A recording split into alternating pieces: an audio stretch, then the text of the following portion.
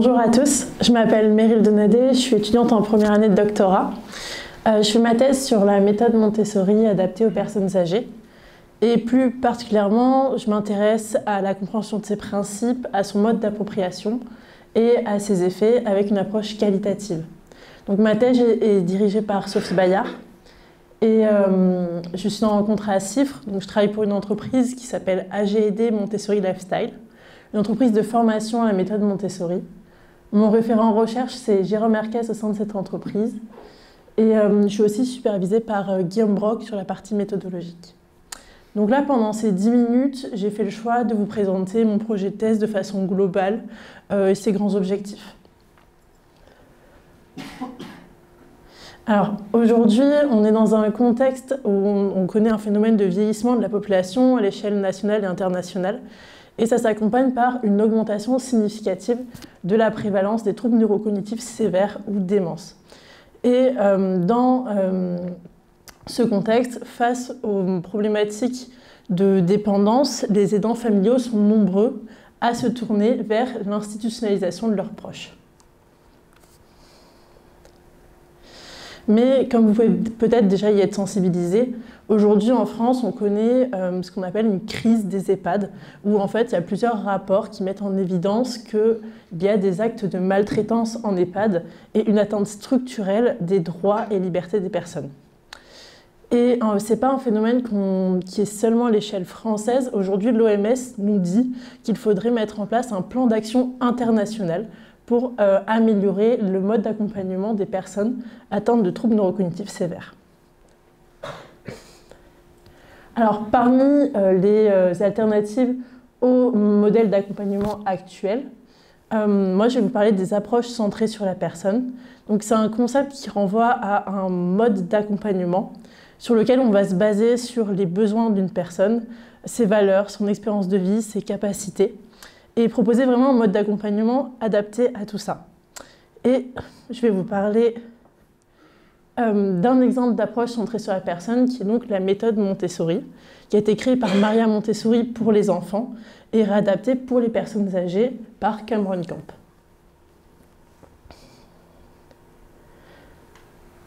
Alors, la méthode Montessori, avant tout, elle est basée sur 4 grandes valeurs. Donc la dignité, l'égalité, le respect et la confiance. Elle vise 3 principaux objectifs qui sont de redonner du choix et du contrôle à une personne, favoriser l'engagement dans des activités porteuses de sens et redonner une place au sein d'une communauté. Et en fait, il y a 6 principes fondamentaux qui vont venir définir plus la méthode.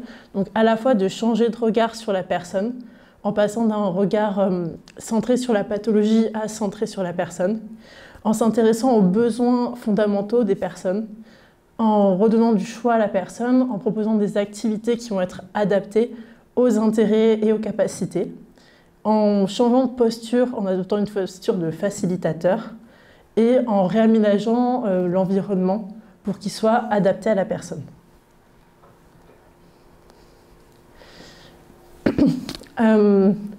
En termes d'efficacité, du coup, on a des données d'efficacité pour les résidents, avec une augmentation de l'indépendance dans l'alimentation, une augmentation de l'engagement aussi pendant les activités, une amélioration de l'humeur et une amélioration en matière de santé mentale. Chez les soignants, on retrouve une diminution du turnover et une augmentation de la satisfaction au travail. Mais aujourd'hui, on a encore un niveau de preuve d'efficacité qui est insuffisant, notamment pour la qualité de vie, pour l'autonomie en vie quotidienne et pour les capacités cognitives. Qu'est-ce qui peut expliquer le fait qu'on a encore un niveau de preuve insuffisant? Déjà, il y a des limites méthodologiques propres aux études. En plus de ça, il y a des limites propres au mode d'application de la méthode. C'est-à-dire qu'on ne contrôle pas forcément si la méthode est bien appliquée. Et en plus de ça, la méthode est appliquée de façon très différente selon les études. Et enfin, il y a aussi des limites propres au mode d'évaluation, à la fois de est-ce que la méthode est bien appliquée et aussi comment évaluer son efficacité correctement. Donc on en vient aux objectifs de ma thèse. Le premier objectif, du coup, il va dépendre de ce constat-là, qui est qu'il y a une hétérogénéité de l'application de la méthode dans la littérature scientifique. Et aujourd'hui, on ne connaît pas vraiment comment la méthode est appliquée dans les établissements en France qui déclarent la mettre en pratique. Donc, l'objectif de ma thèse, c'est dans un premier temps de proposer un modèle de la méthode Montessori tel qu'appliqué en EHPAD, en définissant ses principes, son mode d'application et ses facteurs d'appropriation dans un contexte français. Excusez-moi, j'ai le souffle un peu coupé, je reprends mon souffle.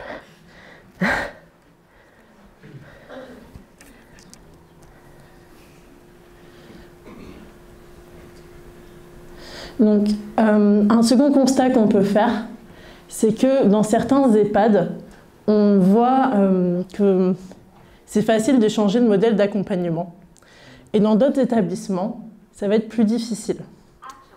Donc, l'idée, ça va être d'identifier quelles variables vont pouvoir déterminer la réussite à mettre en place la méthode Montessori en EHPAD. Et enfin, on remarque aussi qu'il y a un manque de données sur les effets de la méthode Montessori dans les EHPAD en France, à la fois chez les résidents et chez les familles. Donc l'idée, ça va être d'étudier les effets de la méthode sur la qualité de vie et le bien-être des résidents et des familles.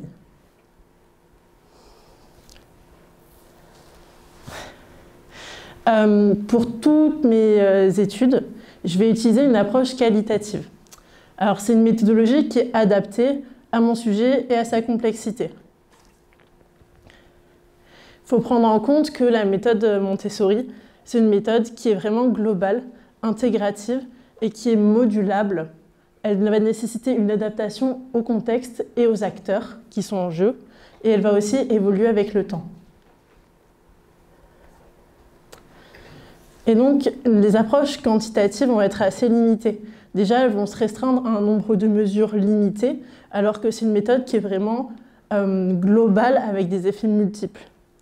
En plus, elle ne va pas permettre de prendre en compte les spécificités des établissements et la variabilité qui en découle en termes d'application de la méthode. Et enfin, on ne va pas pouvoir prendre en compte les ressentis des personnes qui sont concernées. Donc les approches qualitatives vont nous permettre de vraiment décrire et comprendre des expériences, des perspectives dans un contexte donné. Alors, pour répondre au premier objectif qui est de proposer un modèle de la méthode Montessori, j'ai interrogé 9 professionnels d'un même établissement, donc un EHPAD qualifié de référence en termes d'application de la méthode. Je me suis intéressée à différentes professions qui étaient toutes impliquées dans la méthode Montessori. Et donc j'ai réalisé des entretiens individuels, semi-structurés. J'ai réalisé une analyse thématique des entretiens et j'ai synthétisé mes résultats dans un modèle qui était proposé par Mickey, un modèle d'intervention de changement de comportement. Donc là, l'idée, c'était vraiment de décrire la méthode, ses principes et certains facteurs d'appropriation. Donc pour la seconde étude que je vais commencer ce semestre, qui vise donc à identifier les variables déterminantes de la réussite à mettre en place la méthode, je vais interroger 20 professionnels, à nouveau de différentes professions, donc aides-soignants, directeurs, IDEC, psychologues, etc. Et là, je vais m'intéresser à 4 établissements différents. 2 établissements où on met en évidence qu'il y a une bonne application de la méthode, donc sur critères de formateur et qui sera vérifié après par un outil d'observation. Et 2 établissements où, en fait, il y a plus de difficultés à mettre en place un changement de modèle. À chaque fois, les établissements ont reçu 3 jours de formation, 2 fois 3 jours. Et donc là, à nouveau, je vais réaliser des entretiens individuels. Je vais interroger les personnes sur qu'est-ce qui fait que c'est difficile, qu'est-ce qui fait que c'est plus facile de mettre en place la méthode, quelles peuvent être les recommandations. Je vais faire une analyse thématique à nouveau des entretiens et je modéliserai mes résultats dans un modèle proposé par Mickey qui permet d'associer les facteurs facilitateurs, les recommandations, etc. Et enfin, maintenant pour m'intéresser, sur une 3e étude, je vais m'intéresser donc aux effets de la méthode sur le vécu des résidents et des familles. Et donc cette fois, je vais recruter des résidents et des familles directement dans à nouveau 4 établissements, 2 EHPAD formés à la méthode, où on vérifiera que le niveau d'application est élevé, et 2 EHPAD non formés à la méthode. Donc là, je les interrogerai plutôt sur leur mode de vie, leur vécu, etc. À nouveau, je ferai une analyse thématique et on verra si je crée un modèle à partir de ça ou pas. On verra sur le moment. Donc voilà, l'idée c'est que déjà, qu'il y a un apport théorique en définissant mieux la méthode, en identifiant les facteurs facilitateurs, les facteurs de frein. Et en plus de ça, c'est aussi qu'il y a un apport pratique parce que ça permet après de faire des recommandations pour les équipes de formation pour essayer d'accompagner les établissements sur un changement de modèle d'accompagnement.